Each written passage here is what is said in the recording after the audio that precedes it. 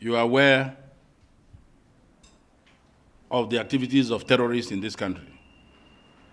You are aware of persons who have been negotiating with terrorists without the brief of government. And they see these terrorists all the time. You are aware of those who found themselves in the same agitation Nnamdi Kanu was involved in. Today, everybody is free, walking freely on the street. Nnamdi Kanu is still in detention. The Ipob president, Chief Emmanuel Iwanyawo, has called for him to be handed over to him. Sam Bazuli came before he passed on. He also called for the boy to be released to him. A lot of people have spoken during Buhari. But President Buhari, due to ancient hatred, decided to keep him and castrate him. Recently, the 5 governors came together for the first time after a long time to call for Nnamdi Kanu to be released. I don't know what he did that he should still be there when others are out of prison, out of detention. He merely agitated like others. They had to hijack him in Kenya and brought him here. But the truth still remains that ever since he has been in there, he has denounced all the insecurities, activities that were imported into the Southeast just to make that place uncomfortable. And little thing, it will be attacked to his IPOB. When the prison was attacked, they said it was IPOB. We came first to say no, because all the names involved in those activities at that time were not from that part of the country. So what happened? They had to start recruiting locals, urchins, people without education, without skill. They are now the one doing the operation for them. And then Nnamdi Kanu has said severally in court that, look, that he has no hand even in this. On Mondays in the East, there's no activity.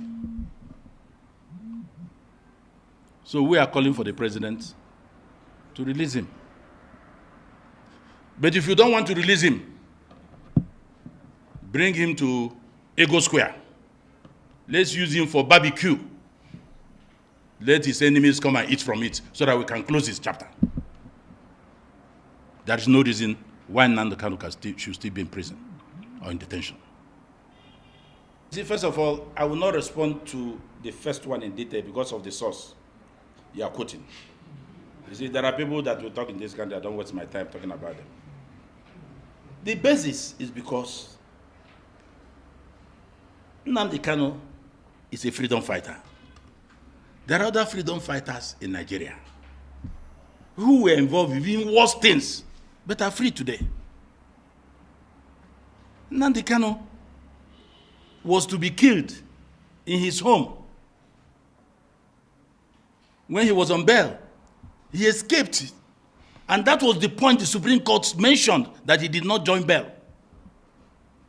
Even his rendition is illegal and unconstitutional. So, if everybody that have been involved in the past are free on the streets, even Nigerians who meet terrorists on daily basis claiming to negotiate with them for some governments are free. And you don't term those people terrorists. Why are you calling Nnamdi Kanu terrorists? Has he met any terrorists? You see, Nigeria is a society that things don't go the same way. Different strokes for different people. Nnamdi Kanu's case, I have said it. It was that ancient hatred by Buhari against the people of the Igbos. I'm not saying it because I'm Igbo. If it had affected other tribes, I will say it. And I'm not ashamed of saying it. President Buhari had ancient hatred against the Igbos. And that was why he incarcerated him. Others were free. Now we have another president who can see things better than President Buhari. And that's why we are calling on him to look at the issue passionately. And there's no basis for him to be there. For how many years? 4 or 5 years? And the trial is not going on. And who is who in the Southeast has come to plead for him, even during President Buhari? He was just smiling it off. We don't bother about him. We knew his position. But we have a new president. That's why we're saying he should be released. And if you don't want to release him, I added, if you don't want to release him, let's use him as barbecue in Ego Square. Let his haters come and take a pinch of his meat so that we can close that chapter perpetually. For watching. Bye.